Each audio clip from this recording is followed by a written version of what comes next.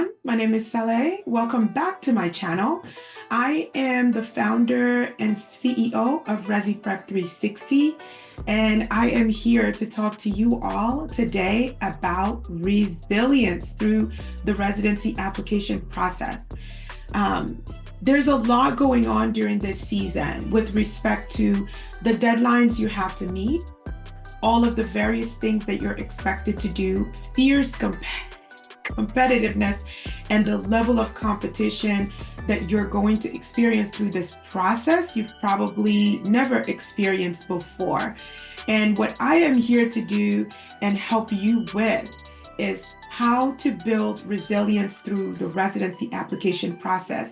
Because guess what? It can be done, but you have to be mindful of the fact that you are staying tuned into what you are up against and making sure that you are taking care of yourself every step of the way. That's what we're talking about today in this video. I wanted to start with really defining what resilience means in this context. With residency application process, it's not just going and going and going, but resilience in this context is really talking about your ability to stay focused, your ability to bounce back, and your ability to manage the stress of the application process effectively. This is going to require some new things from you because unlike school where grades are produced and things like that, this is an all or none type of process with the match. You go through all of the things that you go through in submitting an application in the hopes that at the end of it, you can show that you were able to match somewhere and successfully have your plan set for the next year. But what we end up finding is that many people burn out. Their mental health take a toll because the process does demand and ask a lot of you. And so I wanted to start that you understood resilience within this context, that it isn't just your ability to take it and your ability to keep going, but it's just more about how focused, how laser focused you are on the goals of why you are applying. Here's that why question again, as well as staying organized and being mindful, very mindful that stress is an incredibly natural and expected part of this journey. This way, you approach the process with a strategy that you know would work for you and how you would deal with this situation and all of the various stressors kind of headed your way. Let's start with some of these stress management strategies and some of the ways in which you can make sure that you don't find yourself kind of overwhelmed and drowning. Number one, set realistic goals. And what I mean by this is something that I've employed with my co-resis throughout the year, that some have taken into residency with them and found incredibly helpful with stress management. And it's to set realistic goals every single day. What do I need to make sure I get through today? This not only helps you with having something that you're actively working towards on a daily, but it also can give you these little wins along the way that you can find yourself kind of using as a source of energy to re-energize your journey and reinvigorate you towards continuing your path towards match. And so it's very important that those big things, right? The letter of intent that has to be written, perhaps today, you only focus on the first paragraph. If you have a case presentation, an about me presentation, as well as a mock interview, which one of those tasks can you tackle today successfully so you feel accomplished and you feel like you're moving towards and you're moving forward and you're taking strides towards your goal? So that would be my first tip. It's set daily goals and make sure that those goals are realistic and put you in a position where you are thinking actionable items instead of, oh my God, this has to be done and I'm behind on it. That's the first thing. Next tip that I have for you to improve your resilience and prevent burnout through the application process is prioritizing your self-care, making sure that you understand that taking care of yourself isn't something that you need to do when time permits or when things calm down, but in fact, to me, it is one of the cornerstones of your success through this process. Taking time for yourself, no matter how small, can bring about really powerful moments of clarity about why you're doing things and how things should unfold. It could bring about moments of empowerment and strength if you've suffered a setback, if you've received a rejection from a program that you were really hoping you'd have an opportunity to interview with. Short walks, regular exercise, whatever you can do, massages and facials. But we tend to think of self-care as there are these huge things and these big things that you have to do in order to make sure that you are taking care of yourself effectively. But in actuality, it's okay to disconnect from this process for a few hours, to tune into who you are and connect with friends, connect with family, people that can pour into you in a way that can have you resurface and come back to the process with a newfound purpose and energy around why you've decided to go through this journey. And so I cannot overemphasize the importance of making sure that your mental health is a priority in this situation, and that it is normal to feel overwhelmed. It is normal to feel like you are not on top of it all. There are many candidates out there who thrive on projecting the idea that they're on it, they've got it nailed, they got this in the bag, they're doing this, they're doing this, they're doing that. Good for them. That's their journey. Focusing on you and what your personal journey through this process is going to be, in my opinion, is perhaps one of the most effective strategies around making sure that you're taking care of yourself and you're staying very focused on the goal at hand. This third tip is it's also a self-care strategy in my opinion, but this is about reframing the negative thoughts that cross your mind. It is virtually impossible to think that you're going to go through this and not have a single negative thought, that you won't doubt that response could have been better. You won't doubt that email that you sent could have been crafted more elegantly. Self-doubt is normal and you will experience it through this journey. What your job is, and what I want to empower you and encourage you to do, is figuring out a way to counter those thoughts and figuring out a way to reframe those thoughts. One of my most effective strategies to reframe negative self-thoughts is, I have done hard things before. I know how to do hard things. I can do hard things. Because when I objectively look at my journey as a person who, but for all intents and purposes, I should not have had the career that I have had, that I've been blessed and fortunate to have.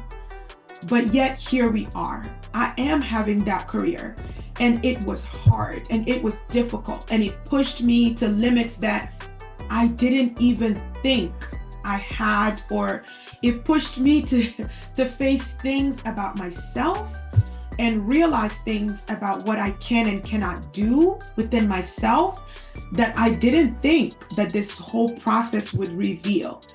And so the negative thoughts, they will come. And if you're honest with yourself, you will reach out to someone about help to reframe those thoughts. But start thinking about what for you, if you're spiritual or religious. Is it meditation? Is it praying? Is it asking your grandmother to make the brownies that she's made for you, that always has a way of making you feel so good and warm? Is it just a hug from a kid in your life? you're going to want to identify what some of those things are that have a way of focusing your energy where it belongs, and how blessed and fortunate you are to have reached this point where you've identified residency as the next logical step in your professional career, and you're not going to be afraid to go after it. Please spend some time thinking about that. Affirmations are great. People are great. Whatever the strategy is, find a healthy way to reframe your negative thoughts. You'll be glad you spent some time doing this. This next one, still on the same theme of caring for yourself. Residency application is tough to go through, but it's even tougher to go through alone. Find your support system. Identify who are those people that you know without a doubt are rooting for you. Go find them. I can tell you that I'll be here rooting for you. I'll be here being a voice of positivity and giving you pearls and gems that you can apply right away to this process to maximize your success. Go to voices and people that pour positivity towards you and into you through this process. You're going to be needing it. It's a very challenging process, but if you have a support system that is solid, people that are texting you and checking in on you, it could be that simple of just knowing that you're on someone's mind and they care, that you're balancing everything that you've got coming your way and you're doing well. Even better, they're offering to step in and they're offering to take something off your plate so that you could continue on this wonderful journey that you're on. I want you to recognize that those people and that group as quickly as possible, because they're going to need to step up real soon for you. Last thing I want to touch on is focusing your energy on what you can control. Very important. You cannot control how the program sends you the interview invite. You're just waiting. You cannot control when the interview invite comes. You cannot control what the email is going to say. You cannot control that. You can't control the reference that's taking forever to submit. But what can you control? You can have a contingency plan in place. Activate someone else to be a reference for you so the person dragging their foot becomes an insurance policy. What can you control? You can control the pace and the speed with which you complete forecasts. You can control the quality of your letter of intent. Sending your letter of intent out to as many people as you know to review the letter for you to see if they can be helpful to you. There are things you can control. You can control how much hold the negative thoughts have over you. The list of things you can control will grow by the day. And so I don't want you to fall into the trap and the fallacy of, I have no control. That's just the uncertainty of the process talking. And it's very normal, but I want you to know, as a person who's lived and breathed this process and has studied it extensively, I want you to know that this is going to be okay. Too many people are out here successful that did not complete a residency for me to sit here and tell you that without residency, the successful career you see for yourself is not possible. It's a fallacy. I'm pro-residency because of the role it has played in my professional career. I'm pro-residency because I definitely want more people of color to complete residency so we can shift the paradigm on how students of color are educated in pharmacy, right? I want more students educated by people with whom they have more in common culturally and things that just can't be defined by a grade. That's why I'm pro-residency and helping get as many people matched as possible, because I want that shift in pharmacy education. But to sit here and tell you that without residency you won't make it, it's a lie. I know too many people personally even that have been successful without residency. But for me, the power that residency gave me in my career, nothing else has come close. And I want that for you, right? I want that for you. And so as we go through this process together, I want you to know that this channel will be a source of positivity and support for you through Match. No matter what happens, what you'll come here and find is a voice that believes in you and believes in your ability to accomplish this and believes that you absolutely have what it takes to conquer the match. And we will do that together, as this is definitely your premier channel for all things residency. I am so happy that you were able to join me today. I hope you find this video helpful. If you do, please like, subscribe, and share with someone you think could benefit from the content I am producing here. I am so glad you were here. Thank you so much. What are some things that you have some anxiety and uncertainty about for Match? Drop those in the comment for me. I would love to engage with you and share publicly, because I promise that you're probably not the only person who shares these feelings. So drop your Match uncertainties in the comment, and let's start having an open and transparent conversation about the fact that this is hard, but you know how to do hard things, and you can do this too. Bye.